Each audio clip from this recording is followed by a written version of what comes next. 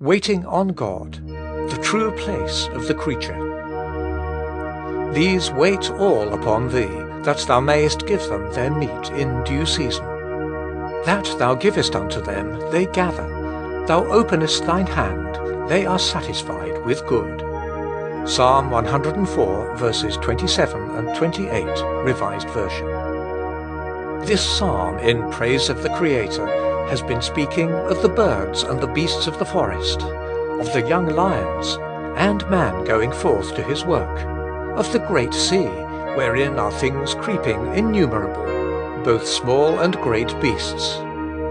And it sums up the whole relation of all creation to its Creator, and its continuous and universal dependence upon Him in the one word, these all wait upon thee. Just as much as it was God's work to create, it is His work to maintain. As little as the creature could create itself is it left to provide for itself. The whole creation is ruled by the one unalterable law of waiting upon God. The Word is the simple expression of that for the sake of which alone the creature was brought into existence, the very groundwork of its constitution. The one object for which God gave life to creatures was that in them He might prove and show forth His wisdom, power and goodness, in His being each moment of their life and happiness, and pouring forth unto them, according to their capacity, the riches of His goodness and power. And just as this is the very place and nature of God, to be unceasingly the supplier of every want in the creature, so the very place and nature of the creature is nothing but this, to wait upon God and receive from Him what He alone can give, what He delights to give. See note on Law, the Power of the Spirit.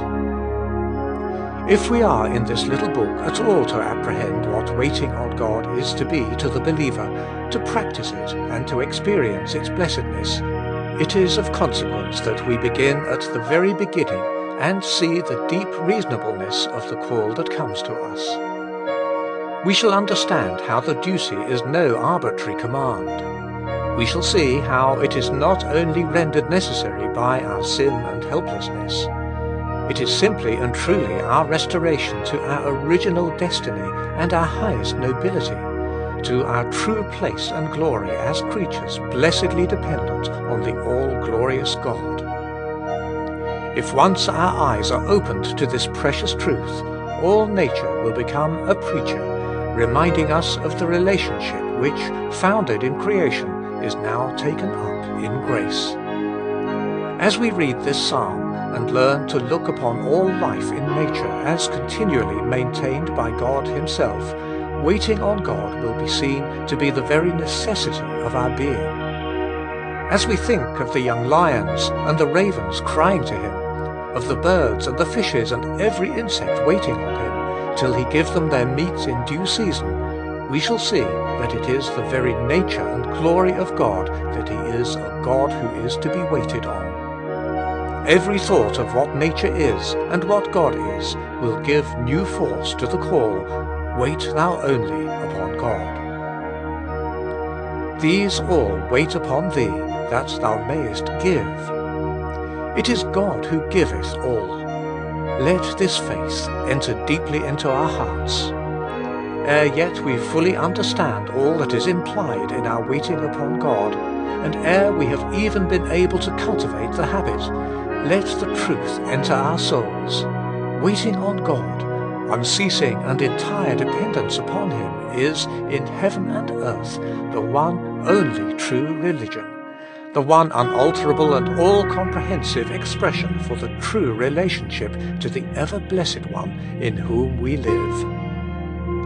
Let us resolve at once that it shall be the one characteristic of our life and worship, a continual, humble, truthful waiting upon God. We may rest assured that He who made us for Himself, that He might give Himself to us and in us, that He will never disappoint us.